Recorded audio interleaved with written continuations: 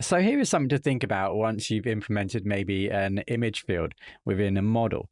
So typically, this is an example of an image field within a model. You would have an image field, and that would allow you to save the URL to the image, and the actual image would be stored somewhere maybe, in this case, in the default setup of Django in the media folder. So generally what happens is that you'd go over to your products here, you'd select an image, I've already done that, choose file, and then you press save. And then what generally happens, the default behavior, is that that image will then get saved within the media folder, and a link to that image would be saved in the database. Now, the default behavior here is that if I were to choose another image file, so I've chosen a new file, you can see here custom copy 111, and I press save there. What happens, the default behavior is in actual fact, both images are then stored. The previous image doesn't get deleted. So in this tutorial, we're going to take a look at how to delete the image when we upload a new image. And that will take us down the path of exploring the overriding the save function in our model and having a look at Django signals. So in this tutorial, there was a general assumption that you have an existing project with an image field, or else you can download this code, source code even, from the link in the video description, and you can follow along step by step. Okay, so the first thing I'm going to concentrate here on is the save method, which is available on all model instances. Essentially, the save method takes care of either inserting or updating an existing record, depending on whether the object already exists in the database. Right, so let's go ahead and within our model where we have the image field, let's go ahead and set out to override the save method. I'll get this right in a second. Save method. Right, so here we have save, and then we need to pass in the self. This is the first parameter of any instance method in Python generally. So we then have the args. So here the arguments and keyword arguments. These are used to accept any additional arguments that may be passed into the save method when it's called. Right, so args and keyword arguments. So let's call the original save.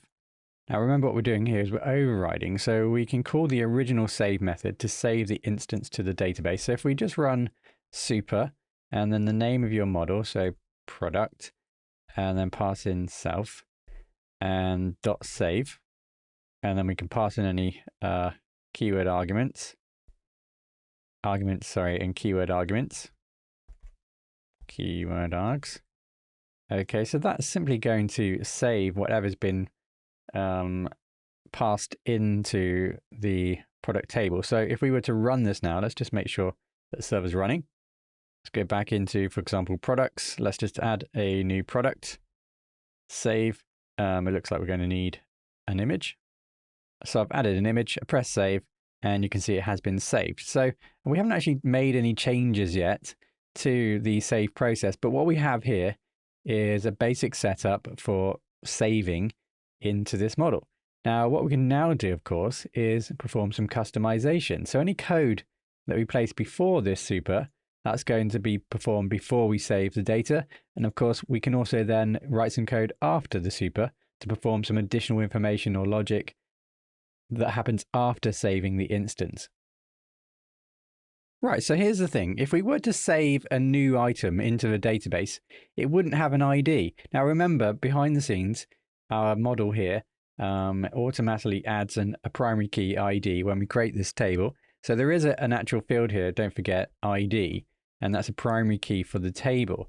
Now, what we can do is, well, in actual fact, what we want to do, we want to perform an operation on the data, i.e. delete the image, if the image already exists. That's the important thing here, right? So if an instance already exists in the database, when we go to save, inside of self is going to be the ID. So self.id. So that's going to determine whether the image already exists or not, whether there is an instance of that image saved in the database or not. So if there is an ID, that means it has been saved, which means that we do need to potentially then delete the previous image. Right, so now we know that there is a previous image. What we'd do is we'd go ahead and get the existing record. So let's go and do that. So existing equals get. We'll use get object or 404. So that's going to get a single instance. We specify, well, actually, specify in this case the table and ID equals the self.id. So that's the ID of the existing record that's been inserted. So all we've done here is we've just grabbed all the data related to the existing record if it indeed exists. So remember, this is going to be fired off if you have already added an image to a record and you're just updating it. Okay, so from the shortcuts, we need to quickly add that in. Yep. Okay, so we just import 404 in so we can use that. Project. Also, it's product. Sorry, not project. Product. There we go. Right, so we now have the existing instance. So what we can now do is determine whether an icon exists, an image exists. If it does, we're just going to delete it. So let's give it a go. Right, so existing. So if existing, so look inside of the data that we've just extracted from the database. We'll see if there's an icon already been added, an image already been added. Right, so is not equal to self.icon. So that's going to determine whether there is an image already associated to that record. Of course, there will be because it's a mandatory field at this point.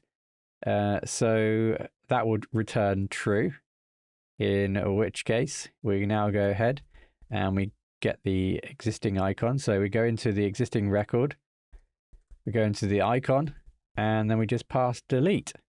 So we pass in save equals false, because at the moment we don't want to save. We want to save once once we get to this super here and save everything all at once. So we don't want to save at this point.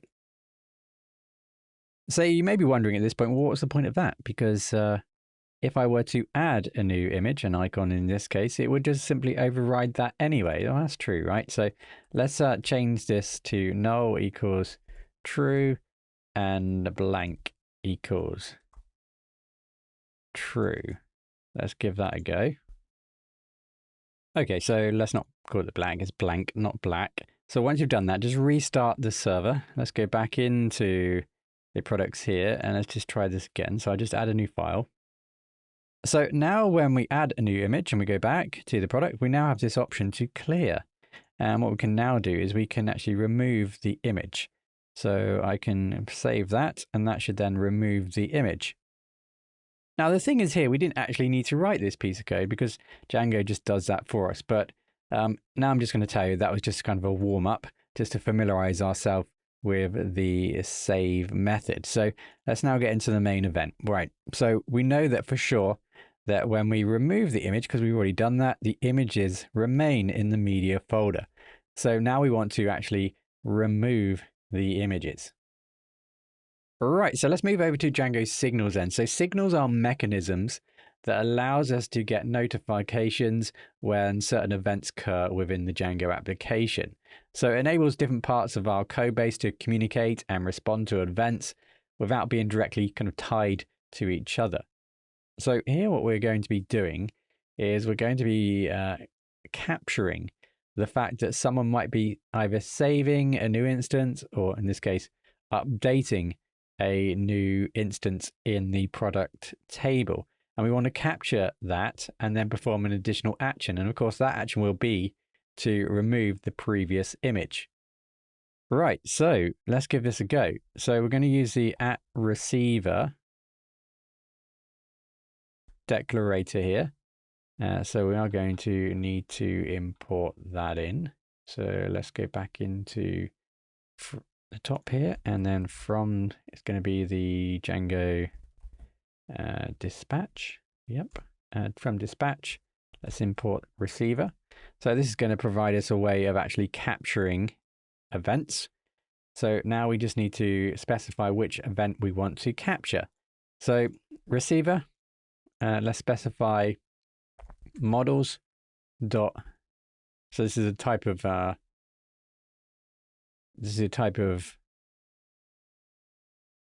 one sec. This is a type of action we want to monitor. So if there are any, for example,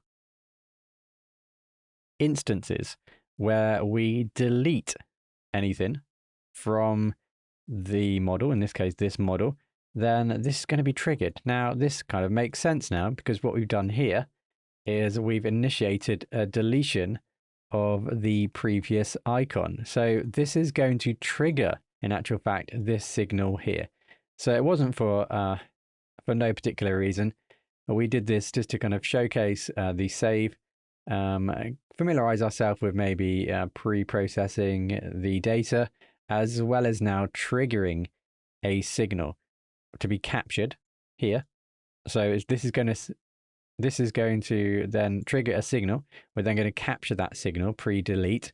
Remember, pre-delete being we're going to delete something before we save the new instance here in the model. So we're going to capture that. And then what we need to do is we need to specify the sender. So who actually initiated this signal? Well, let's go into here. We've got an app here called Store.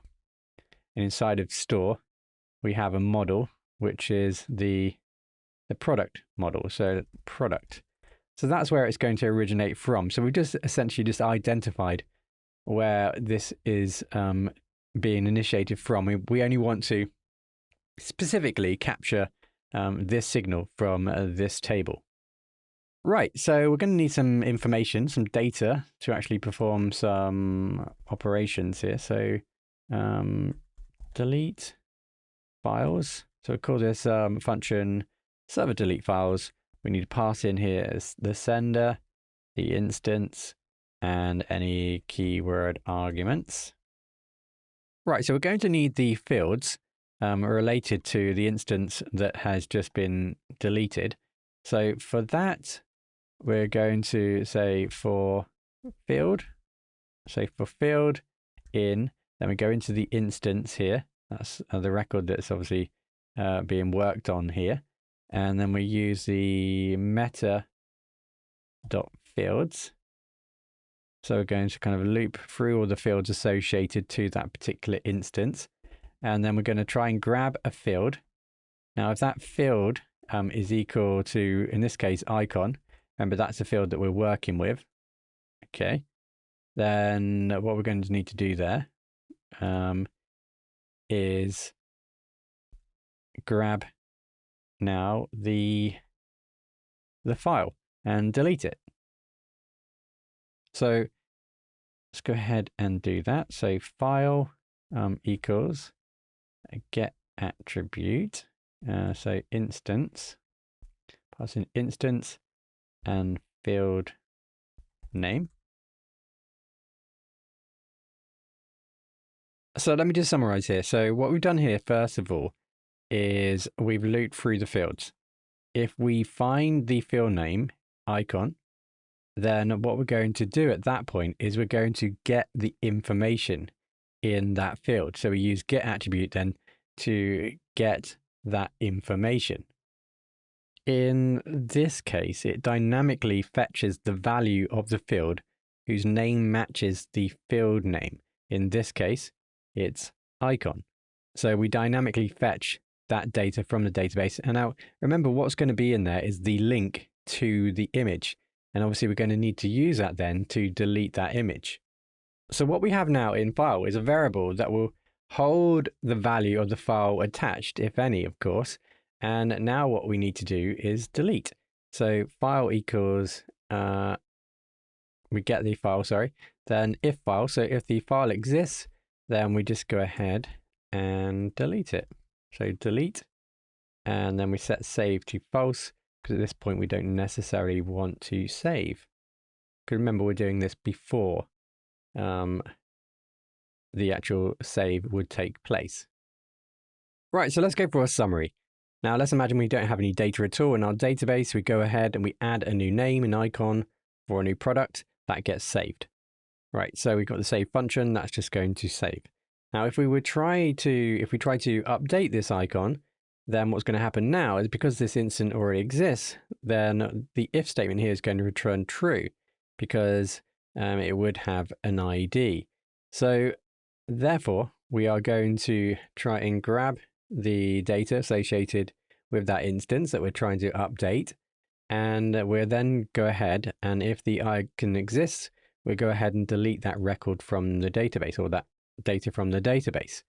Now, anytime we try and delete something, then what's generally going to happen here is that we're going to capture it. We're going to capture that signal, the pre-delete. So here, this pre-delete is a built-in signal provided by Django Signals. It's emitted just before a model instance is about to be deleted from the database. So signal senders, publishers, are Django model instances, and signal receivers, subscribers, are functions or methods that respond. So here we have the function that's going to respond to that signal being received. Now, specifically here, we are using pre-delete signal, which is going to be useful whenever you want to perform certain actions or take care of related data before a model instance is removed from the database. It's going to give us the opportunity to perform any necessary cleanup or handle related data, such as removing associated files in this case, or maybe updating related records or taking any other pre-deletion actions. Now, importantly here in the server delete function, the instance here is referring to the specific object or instance of the server model that is about to be deleted. So that's what we want to work on. So what we do here is we work through that object and we loop through all the fields associated to that instance that's going to be deleted. And what we're looking for is the icon field. Now, if it exists, then we're going to perform some additional actions. We're going to get the data related to that particular field, in this case, the icon field.